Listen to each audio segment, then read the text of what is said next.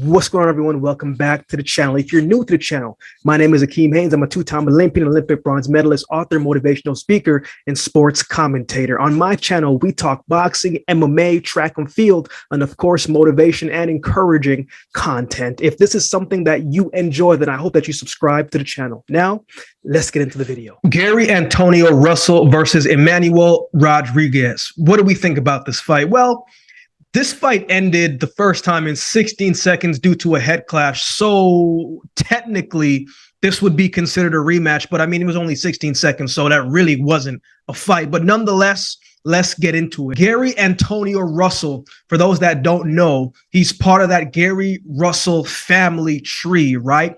Unless you've seen them physically, you can tell who they are by their middle name. But one thing is for certain, all of them can fight. Gary Antonio Russell is coming into this one with a record of 19 wins, no losses, 12 wins by way of knockout, and of course that no contest fight. This is the first fight of the year for Antonio Russell. Going back to his brothers, while his brother Gary Antoine Russell is more the brawler and the biggest puncher of all of them, Gary Russell Jr. is probably the most skilled and most complete fighter, I would say. And I think Gary Antonio Russell is a good balance between the two. He's a good mixture of power and skill, but this whole family is skilled and talented. So the apple could not have fallen far from the tree in this bloodline. Gary Antonio Russell has a very good set of skills. He's fast, has quick reflexes, has good placement in his punches. He feints well. He's explosive, uses the jab well.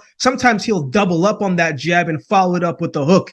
He's got good footwork, quick hand speed, and he's confident inside the ring. For the most part in his career so far, he's been having his way with his opponents, as you are and should when you're developing. But I did see a shift in his career, and I think it was a good one. When he fought Juan Carlos Payano, that's when I felt like we started to see him grow inside the ring. Payano was 38 years old at the time when they fought, but he's a veteran who was a former champion.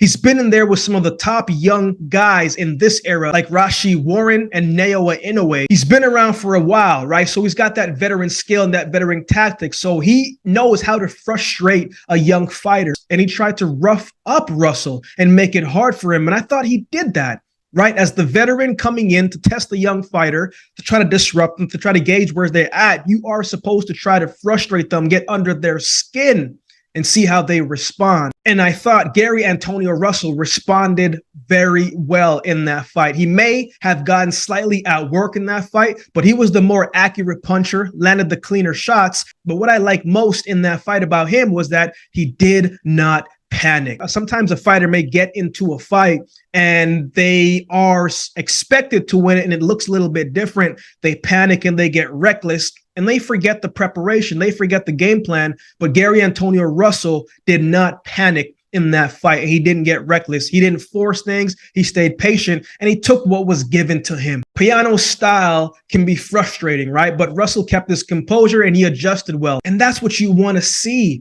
from Gary Antonio Russell, right? It goes to show his ring IQ. Sometimes you have to fight through certain opponents. You got to put your head down. You got to bang it out. You got to do what you got to do. But sometimes you have to adjust and fight smarter, not exactly harder or rougher. And that's what we saw in that fight. Now, in Russell's last fight against Alexandre Santiago, well, that was a mixed win for Russell. Some people thought he lost. Some people thought he won. I thought it was a close fight, and I could see either way for that one. I thought his output slowed down a bit in the latter half of that fight. Personally, I still edged it to him, but I could see how people might say he might have lost that fight, right? I can see both sides of the spectrum in that scenario. But nonetheless, Gary Antonio Russell is going to be looking to put on a great performance in this one.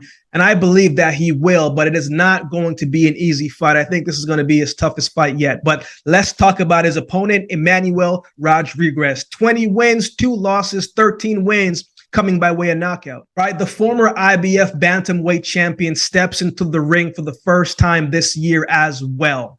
He's a skilled fighter, a tough fighter. He's got a good jab, good mixture of punches, accurate with his shot. He's sharp. He's very strong and very sound. He's got good power and he controls the distance well. In his fight against Roberto Sanchez, I think it was his last fight, I thought he picked his spots extremely well. He would land punishing hooks to the body, and then he would take a shot to the head, followed by combinations.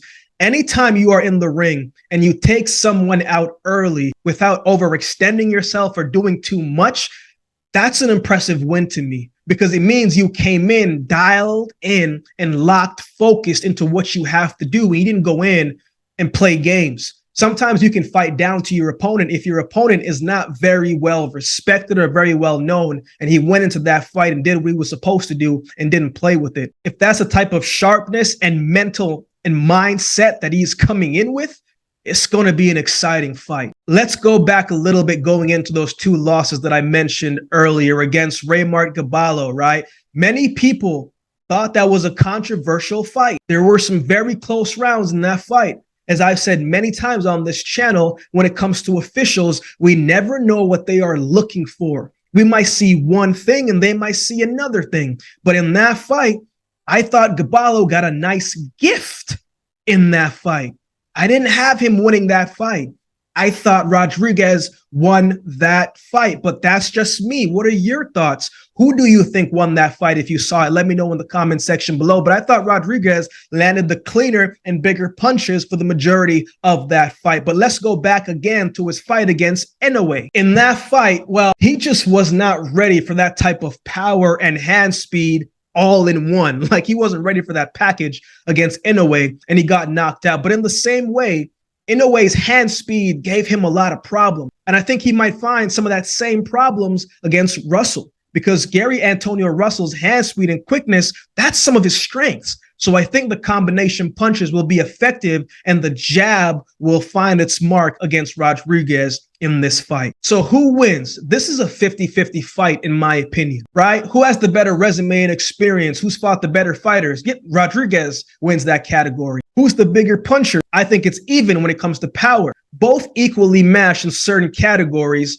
But to me, in my opinion, I'm leaning towards Gary Antonio Russell in this one. I think he wins this one on points. I think he'll be more patient and he'll make better adjustments. And here's another reason why I say that as well, too. When I've watched Gary Antonio Russell's fight and I've watched Gary Antoine Russell's fight, and Gary Russell Jr. is in their corner and Gary Russell Sr. is in their corner, man, they give some very sound advice. And it's been very helpful, and they are literal with what they need to do, right? And I think that plays a big role, especially Gary Russell Jr. He's still active, still an active fighter, and he can give that real inside scoop on what you particularly need to do at that time. And I think that's a strong asset when it comes to being able to make adjustments and seeing the fight differently and being able to implement it. And Gary Antonio Russell, usually when he gets that type of feedback, he implements it well in the fight and things start to change for him for the better. So that's why I am going with Gary Antonio Russell to win this fight on points. It's a 50-50 fight, as I said. Right? I don't know who the favorite is in this one when it comes to the betting odds, but I think this one goes to the cards. You can't really, I mean, if the odds are good, then go with the underdog because it's a 50-50 fight. But for me, I have Gary Antonio Russell winning this one on points.